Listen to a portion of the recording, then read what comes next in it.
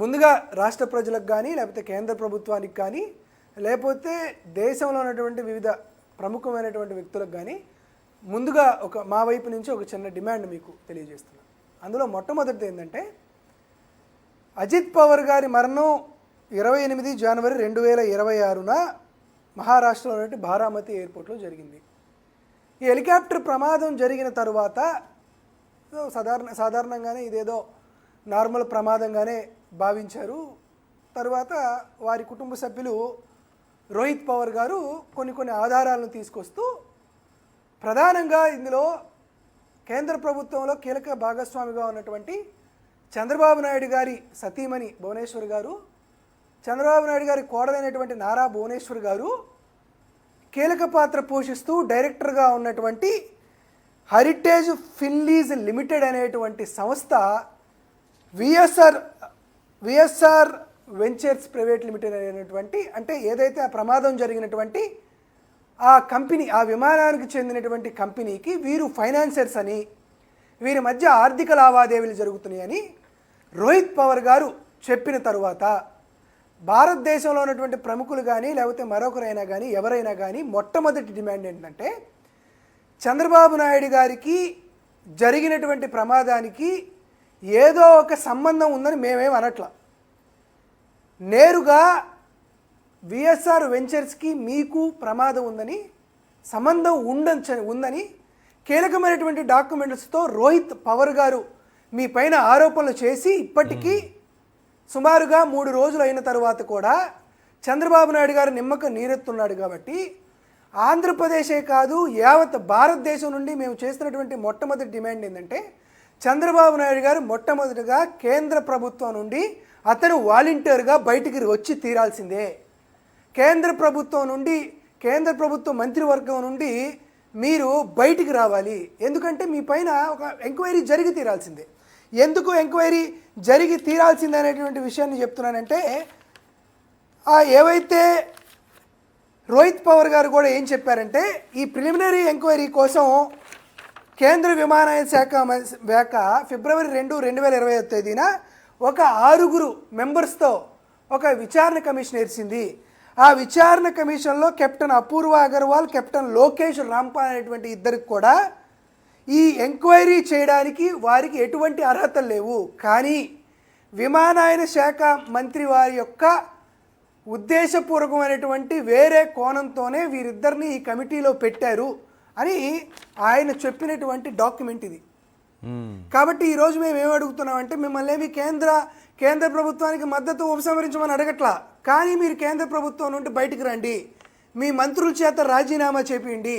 మీ మంత్రులందరూ అక్కడి నుంచి లేకపోయినా మీరు కేంద్ర ప్రభుత్వం నుండి బయటకు వస్తేనే, భారతీయ జనతా పార్టీతో మీరు బయటకు వస్తేనే జరుగుతున్నటువంటి విచారణ పట్ల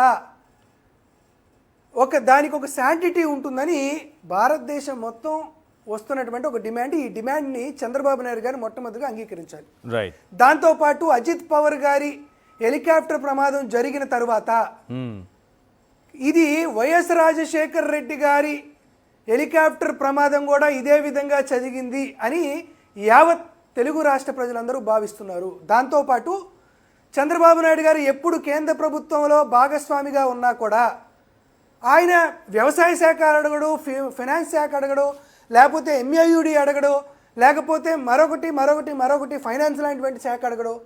ఏదో ఆయన చాలా ప్రాణంగా ప్రియంగా ఆయనకి ఈ గాలి మోటారు చాలా లీస్ట్ ప్రయారిటీ ఉన్నటువంటి విమానయాన శాఖ ఎయిర్ క్రాఫ్ట్ మంత్రి అడుగుతారు. కరెక్ట్. కాబట్టి ఈ రోజు కూడా మేము అడుగుతున్నాం ఏంటంటే ఒక్క అజిత్ పవార్ గారి మరణం పైనే మాత్రమే కాదు, వైఎస్ రాజశేఖర్ రెడ్డి గారి విమాన ప్రమాదం పైన కూడా, ఆ తర్వాత చంద్రబాబు నాయుడు గారు కూడా ఈ విమానయాన సంస్థలతో వారికి ఉన్నటువంటి ఆర్థిక లావాదేవీలు ఈరోజు బయటపడినటువంటి వైనం. ఎందుకంటే ఆయన పాలు పెరుగు మాత్రమే అమ్ముకుంటాడు తన జీవితంలో అని చెప్పినటువంటి వ్యక్తి ఈరోజు బయటపడినటువంటి రోహిత్ పవార్ గారు బయటపెట్టినటువంటి ఈ ఆధారాలు చూస్తుంటే ఆయనకి విమానమైనటువంటి శాఖలతోనూ ఆ శాఖ అధిపతులతోనూ దానికి సంబంధించినటువంటి వ్యాపార వర్గాలతోనూ వారికి అత్యున్నతమైనటువంటి సంబంధాలు ఉన్నాయని చెప్పారు. కాబట్టి వైఎస్ రాజశేఖర్ రెడ్డి గారి విమాన ప్రమాదం పైన కూడా మరొకసారి సిబిఐ ఎంక్వైరీ జరిగి తీరాల్సిందే. ఎందుకు చంద్రబాబు నాయుడు గారు ఎప్పుడు విమానయాన శాఖ మాత్రమే తన కేంద్ర ప్రభుత్వంలో భాగస్వామిగా ఉంటే తీసుకుంటున్నారనే దానిపైన ఖచ్చితంగా మాకు తెలుగు ప్రజలకు అనుమానాలు ఉన్నాయి. కాబట్టి ఈ 2 విషయాల్లో ఖచ్చితంగా విచారణ చేసి తీరాల్సిందే. ఇది ఈ 2 పాయింట్లు మొదలు చెప్తున్నా. ఇక సరే, వీటి వెనకాల గురించి మనం మాట్లాడుకుంటుంటే ముందుగా చెప్తాను, ఆంధ్రప్రదేశ్ రాష్ట్రమే కాదు భారతదేశంలో విఎస్ఆర్ వెంచర్స్ వారికి 17 విమానాలు ఉన్నాయి. ఈ 17 విమానాల్లో చంద్రబాబు నాయుడు గారు సుమారుగా 8కి పైగా విమానాలను ఆయన సొంతగా వాడారు అనేది మనకు ఉన్నటువంటి ఒక అవగాహన. దానికి సంబంధించి వీటీ NSG 13 seating capacity, వీటీ VRA 7 seating capacity, వీటీ TRI ఇంకొక 9 సిట్టింగ్ కెపాసిటీతో కూడినటువంటి వ్యవహారాలు ఆయన ప్రయాణించినటువంటి దానికి సంబంధించినటువంటి ప్యాసింజర్ మేనిఫెస్టేషన్ మీకు చూపిస్తున్నా. సో ఇక్కడ ఒక ప్రమాదం జరిగింది. ప్రమాదం జరిగిన తర్వాత ప్రిలిమినరీ ఎంక్వైరీ అవ్వకుండానే ప్రమాదం జరగగానే రామ్మోహన్ రాయుడు గారు కూడా బారామతి ఎయిర్పోర్ట్కి వెళ్ళినటువంటి ప్రైవేట్ జెట్ విమానం కూడా విఎస్ఆర్ వెంచరే. ఆయన కూడా విఎస్ఆర్ వెంచర్స్ వాడుతూ అక్కడికి వెళ్ళి no safety concerns with Learjet aircraft VSR ventures aviation minister అంటే ఇమీడియట్గా ప్రమాదం జరిగిన గంటల సమయంలోనే రామ్మోహన్ నాయుడు గారు విఎస్ఆర్ వెంచర్స్కి ఏమాత్రం సంబంధం లేదు, వారు ఎటువంటి తప్పు చేయలేదని ఎందుకు స్టేట్మెంట్ ఇచ్చారనేది మా యొక్క మొట్టమొదటి ఆబ్లిగేషన్. అది రోహిత్ పవార్ గారు కూడా చెప్తున్నారు. ఆల్రెడీ విమానయాన శాఖ మంత్రి గారు ఈ వెంచర్ది ఎటువంటి ఈ కంపెనీది ఎటువంటి తప్పు లేదు, ప్రమాదం లేదని చెప్పిన తర్వాత వారేసినటువంటి ఎంక్వైరీ కమిటీ మంత్రి గారి డైరెక్షన్స్ని కాదని ఎందుకు చెబుతారనేది మాకు ఉన్నటువంటి ప్రధానమైన ప్రశ్న. దాంతోపాటు స్వయంగా రోహిత్ పవార్ గారే ఏవియేషన్ మినిస్టర్ని ఆర్టీఏ ద్వారా కొన్ని అడిగారు. ఏమడిగారు? ఫ్లైట్ టైం అనేది ఎందుకు చేంజ్ అయ్యింది ఆయన అడిగినట్టు మొట్టమొదటి ప్రశ్న. దాంతోపాటు పైలట్లని అంటే విమానం నడిపే వారిని ఎందుకు చివరి నిమిషంలో మార్చేశారు అనేది వారు అడిగినటువంటి రెండో ప్రశ్న. దాంతోపాటు ఎయిర్ క్రాఫ్ట్ మెయింటెనెన్స్ అనేది సరిగ్గా ఉందా లేదా అనేది మూడో అడిగిన ప్రశ్న. దాంతోపాటు సీసీటీవీ ఫుటేజ్ అనేది ఖచ్చితంగా మీరు ఇచ్చి తీరాల్సిందే. అంటే కేంద్ర విమానయాన శాఖ మంత్రి అంటే రామ్మోహన్ రాయుడు గారి ఆధ్వర్యంలో ఉన్నటువంటి ఈ బీసీఎస్ వాళ్ళు ఆర్టీఐకి ఎటువంటి సమాధానం ఇవ్వలేదని రోహిత్ అగర్వాల్ గారు చెప్పినటువంటి విషయం. ఎందుకయ్యా ఇదంతా జరుగుతుంది, ఎందుకు స్వయాన మహారాష్ట్ర ఉప ముఖ్యమంత్రి గారి కుటుంబ సభ్యుడు ఎమ్మెల్యేగా ఉన్నటువంటి వ్యక్తి అడిగినటువంటి ఆర్టీఐకి ఎందుకు సమాధానం చెప్పలేదంటే వారు చెబుతుంది ఏంటంటే ఈ విఎస్ఆర్ వెంచర్స్ ప్రైవేట్ లిమిటెడ్కి హెరిటేజ్ ఫిన్లీజ్ లిమిటెడ్ 15 కోట్ల రూపాయలు ఒకసారి ఫైనాన్స్ చేసింది.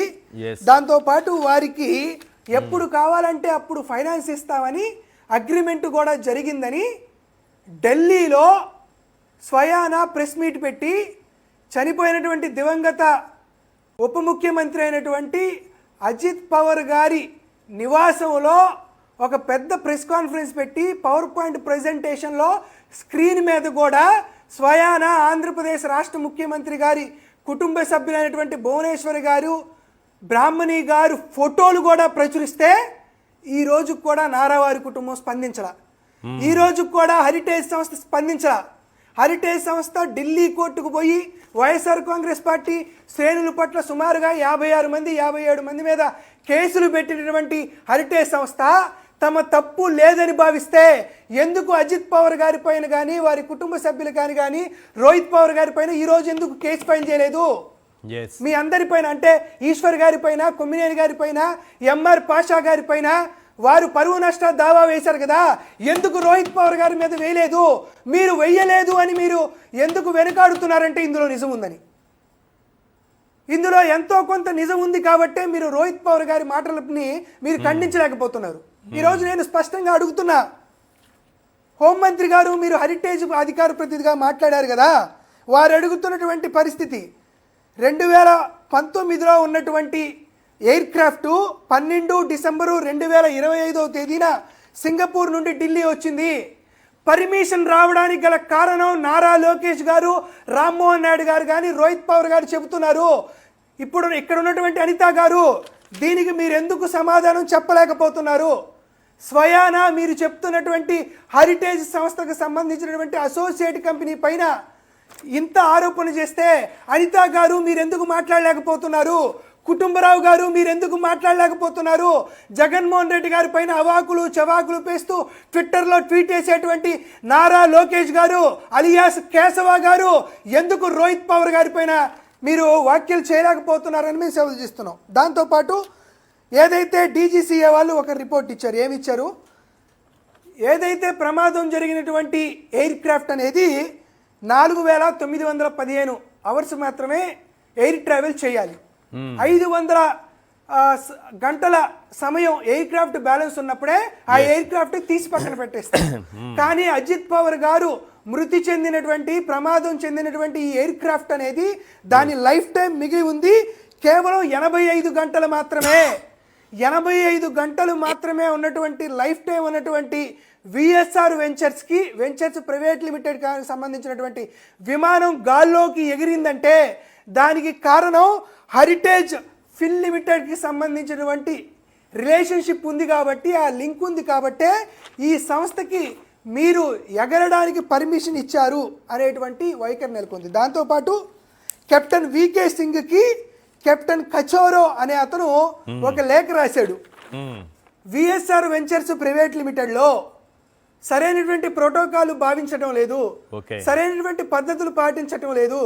దీని మీద డీజీసీఏ ఎంక్వైరీ జరిగితే విఎస్ఆర్ వెంచర్స్ దోషిగా నిలబడబోతుంది అని వారు ఇచ్చినటువంటి మెసేజ్ని, లేఖని, వారి ఇంటర్నల్గా జరిగినటువంటి లేఖని విఎస్ఆర్ వెంచర్స్లో దాన్ని రోహిత్ పవార్ గారు బయట పెట్టారు. దానికి సంబంధించినటువంటి డాక్యుమెంట్స్ ఇవన్నీ జరిగిన తర్వాత నేను ఈరోజు స్పష్టంగా అడుగుతున్నాను సార్, మీరు ఎందుకు హెరిటేజ్ ఫిన్లీజ్ లిమిటెడ్ అనేది కంపెనీ మీరు ఎందుకు పెట్టారు? 1996 డిసెంబర్ 23వ తేదీన మీరు ఈ కంపెనీ పెట్టి ఏం చెప్పారంటే, హెరిటేజ్ ఫుడ్స్ అంటే హెరిటేజ్ డైరీకి ఎవరైతే పాలు పోస్తున్నారో, ఎవరైతే గేదెలు కొనుక్కుంటున్నారో వారికి కొంచెం రుణం ఇవ్వడానికి నేను ఈ హెరిటేజ్ ఫిన్లీజ్ కంపెనీ పెట్టానని నారా భువనేశ్వర్ గారిని, నారా బ్రాహ్మణి గారిని, దాంతోపాటు కొంతమంది డైరెక్టర్లుగా చాలామంది ఉన్నారు, సాంబశివరావు గారు, అక్కిరాజ్ చంద్రరావు గారు, కొర్లి దుర్గాప్రసాదరావు గారు, మీ నిర్వాణ హోల్డింగ్స్ వీరందరూ ఉన్నారు. నేను ఈరోజు అడుగుతున్నాను, నారా భువనేశ్వర్ గారు, నారా బ్రాహ్మణి గారు, ఈ విఎస్ఆర్ వెంచర్స్ దగ్గర ఎన్ని గేదెలు ఉన్నాయి, ఎన్ని ఆవులు ఉన్నాయి, ఎన్ని బర్రెలు ఉన్నాయి, వారు ఎక్కడ ఆ కొట్టాలు పెట్టారు, మీకు ఎక్కడ పాలు పోస్తున్నారు, ఈ పాలు పిసుకుతుంది ఎవరు? ఈ రోహిత్ అగర్వాల్ అనే అతను పాలు ఏమైనా పిసుకుతున్నారా? దీనికి సంబంధించినటువంటి ఎవరు దీని ఓనరు? మరి వాళ్ళు ఏమైనా హెరిటేజ్కి పాలు పోస్తున్నారా? మరి మీరు ఎలా లోన్ ఇచ్చారు? దేనికోసం మీరు లోన్ ఇచ్చారు? మాకు ఎటువంటి వ్యాపారాలు లేవు అని చెప్పినటువంటి మీరు ఏ విధంగా వీరికి లోన్లు ఇచ్చారని మేము అడుగుతున్నాం. దీనికి సంబంధించి మరొకటి, ఎవరి పేరు? రోహిత్ సింగ్ ఇతను ఓనర్ సార్ దీనికి. సో ఈయన దగ్గర ఏమైనా గేదెలు ఉన్నాయా, బర్రెలు ఉన్నాయా? ఈ రోహిత్ సింగ్కి సంబంధించి, దానికి వారి తండ్రి అయినటువంటి విజయ్ సింగ్కి సంబంధించి, వీటన్నిటికీ సంబంధించి వారి ఫోటోలు ఏవి ఇప్పటికీ బహిర్గతం కాకుండా ఇంటర్నెట్ నుంచి ఎందుకు తొలగించారు? దాంతోపాటు ఇంకొక కీలకమైన అంశాన్ని పెట్టి ముగిస్తాను సార్. ఎందుకంటే ఈ లెగసీ 600 VT-CMR అనేటువంటి వాటికి దీని వాల్యూ ఎంత సార్? దీని వాల్యూ ఎంత ఉంటే మనం ఎంత ఇన్సూరెన్స్ చేశారని చెప్పారు?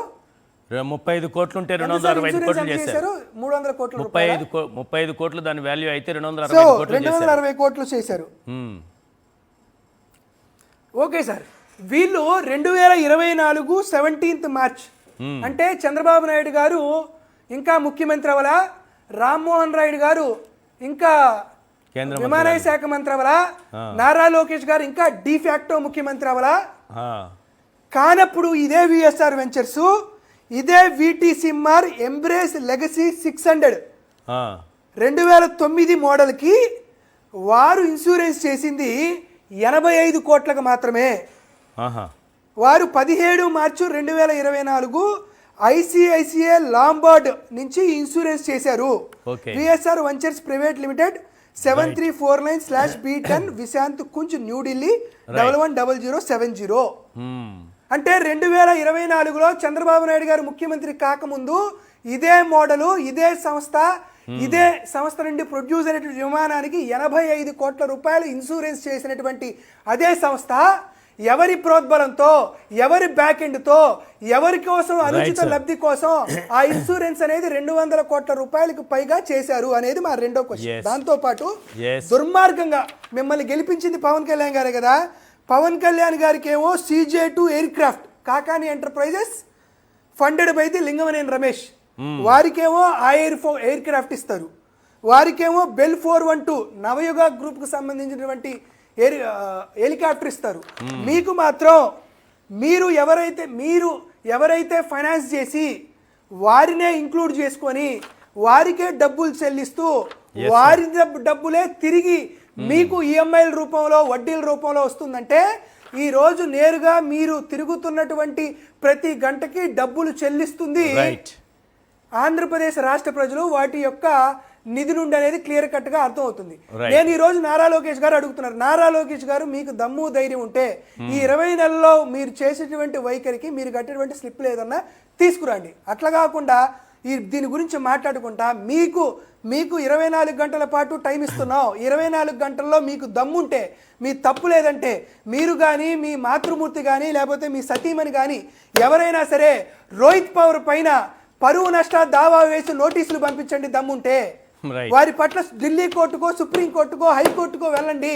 వెళ్తే మీట్లో ఎంతో కొంత నిజాయితీ ఉందని మేమందరం భావిస్తాం. లేని పక్షంలో మీరు కేంద్ర ప్రభుత్వం నుండి వైదొలగండి. మీకు ఎట్టి పరిస్థితుల్లోనూ కేంద్ర ప్రభుత్వంలో భాగస్వామిగా ఉండేటువంటి నిమిషం పాటు కూడా మీకు హక్కు లేదనేది మాత్రం మనవి చేస్తున్నాం.